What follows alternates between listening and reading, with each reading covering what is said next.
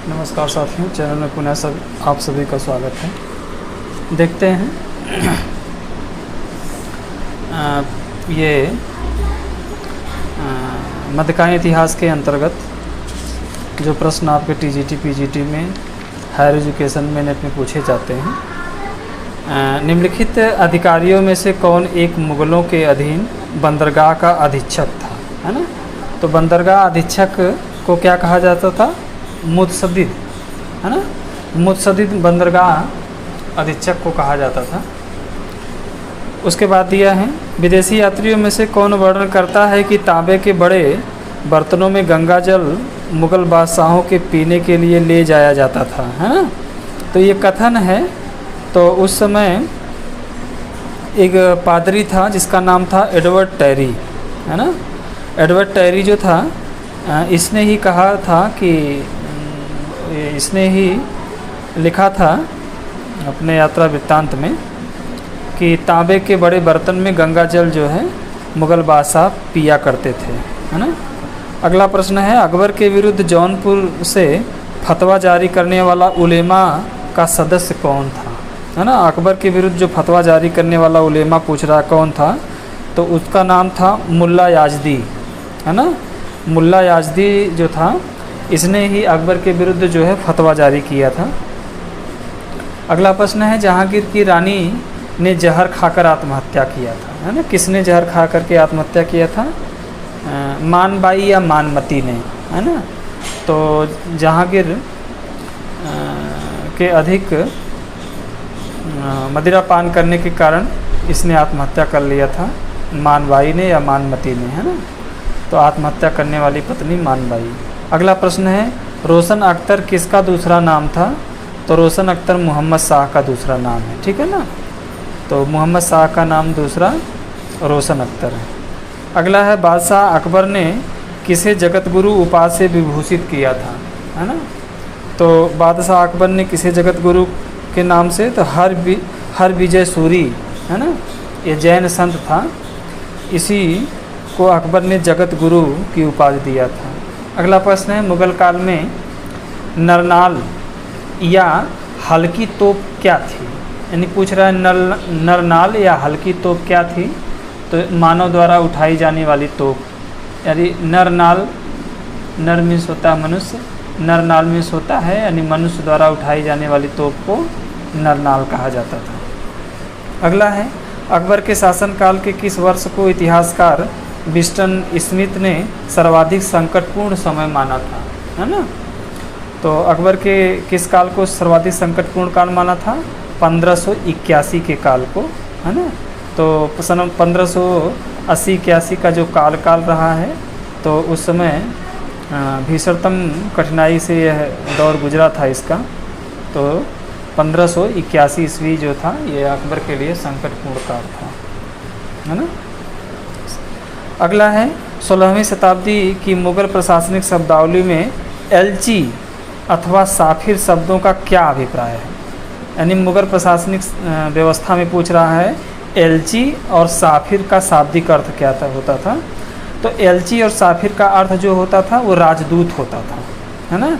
राजदूत को ही एलची या साफिर कहा जाता था। अगले प्रश्न की तरफ चलते हैं। पूछ रहा है, निम्नलिखित में से कौन एक जहांगीर का चित्रकार था?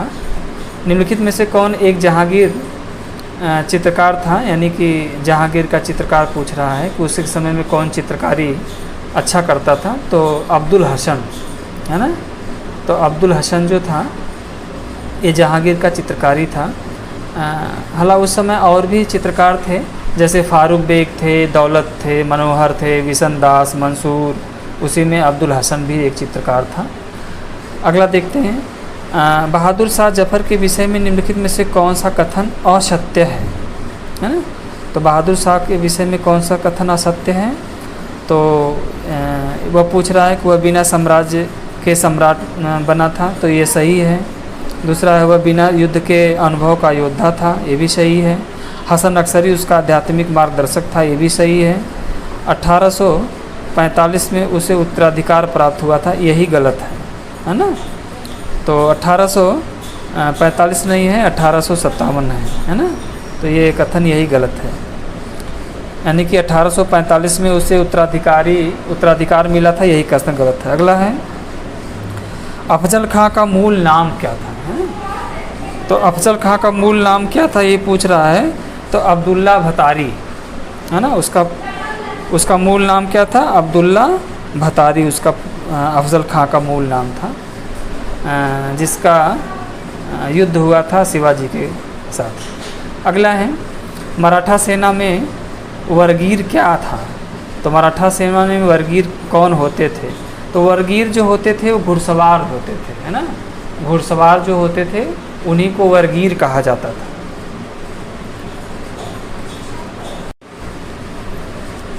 चलिए अगला प्रश्न देखते हैं। निम्नलिखित में से कौन मराठा पैदल सेना के सबसे निचले दर्जे का था, है ना? तो पैदल सेना में सबसे निचले दर्जे को नायक कहा जाता था। क्या कहा जाता था? नायक। यह मराठा सेना में सबसे निचले दर्जे का होता था। पानीपत, अगला प्रश्न है, पानीपत के तृतीय युद्ध में मराठों को पराजित किया था, है ना? तो पानीपत के तृतीय युद्ध में मराठों को पराजित किया था अफ़गानों ने। किसने पराजित किया था? अफ़गानों ने। जैसा कि पूर्व के वीडियो में भी मैंने बताया था, 1761 में पानीपत का यह तृतीय युद्ध होता है, तो अफ़गानों ने ही मराठों को पराजित किया था। अगला प्रश्न है, किस मराठा राज्य ने सबसे अंत में अंग्रेज़ों की सहायक संधि स्वीकार की थी? तो किस मराठा राज्य ने अंग्रेज़ों की सहायक संधि सबसे अंतिम में, है ना, स्वीकार किया था? तो होलकरों ने, यानी होलकर ने ये अंग्रेज़ों की सहायक संधि अंत में स्वीकार की थी। अगला प्रश्न है जो आधुनिक भारत के इतिहास से पूछा जाता है। भारत में पुर्तगालियों ने सर्वप्रथम अपना दुर्ग कहाँ निर्मित किया था, है ना? तो पुर्तगालियों ने कोच्चि में, है ना? कहाँ पुर्तगालियों ने सबसे पहले दुर्ग स्थापित किया था? कोच्चि में। तो कोचीन में है। अगला प्रश्न है, किसके काल में, है ना, किसके काल में ब्लैक होल की घटना घटी थी, है ना? तो ब्लैक होल की घटना जो है ये 1756 में घटी थी। तो उस समय नवाब थे सिराजुद्दौला। कौन था? सिराजुद्दौला। तो उस समय नवाब सिराजुद्दौला थे। अगला प्रश्न है, निम्नलिखित में से किसने फतेह चंद को जठर सेठ की उपाधि दी थी, है ना? कह रहा है निम्नलिखित में से किसने, है ना, फतेह चंद को जठर सेठ की उपाधि दी थी? तो किसने दी थी? मोहम्मद शाह ने, है ना? मोहम्मद शाह ने फतेह चंद को जगत सेठ की उपाधि दी थी। इम्पोर्टेंट प्रश्न आता है। अगला प्रश्न है, निम्नलिखित में से प्रथम बार किसने स्वीकार किया था कि प्लासी में अंग्रेज़ों की विजय विश्वासघात की विजय थी, है ना? एक तरह से ये कथन है, पूछा है। तो किसने कहा था? इसमें दिया है लॉर्ड क्लाइव ने कहा था, विसेंट स्टार्ट ने कहा था और हेक्टर मुनरो ने कहा था। उपयुक्त में से कोई नहीं, है ना? तो उपयुक्त में से कोई नहीं होगा, है ना? अगला है, अली नगर की संधि पर कब हस्ताक्षर हुए थे?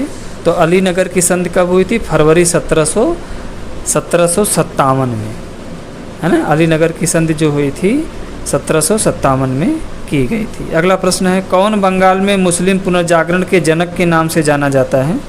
तो बंगाल के मुस्लिम पुनर्जागरण के जनक के रूप में किसे जाना जाता है? अब्दुल लतीफ़ को जाना जाता है। बहुत इंपॉर्टेंट प्रश्न है। अब्दुल लतीफ़ को ये बंगाल में मुस्लिम पुनर्जागरण का जनक कहा जाता है। चलिए अगला प्रश्न देखते हैं। पूछ रहा है, भारत में पहला रेल मार्ग कहाँ से कहाँ खोला गया था? तो भारत में पहला रेल मार्ग कहाँ से कहाँ खोला गया था? तो ये तो बहुत पुराना प्रश्न है, आप जानते भी होंगे, बम्बई से थाणे के बीच में, है ना? ये 1853 में प्रथम रेल लाइन जो है यह स्थापित की गई थी और यानी चलाया गया था, यानी कि बम्बई से थाणे के पटन।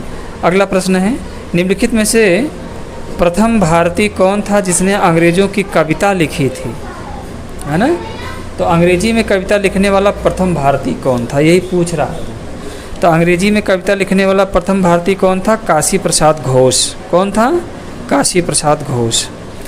अगला है, निम्नलिखित में से कौन बंगाली नाटक बहुविवाह प्रथा के विरुद्ध निर्देशित करता है? तो बंगाली नाटक बहुविवाह प्रथा को के विरुद्ध निर्देशित करता है, तो इसमें कौन था? कुलीन कुल सर्वस्व, है ना, यही निर्देशित करता है, कुलीन कुल सर्वस्व।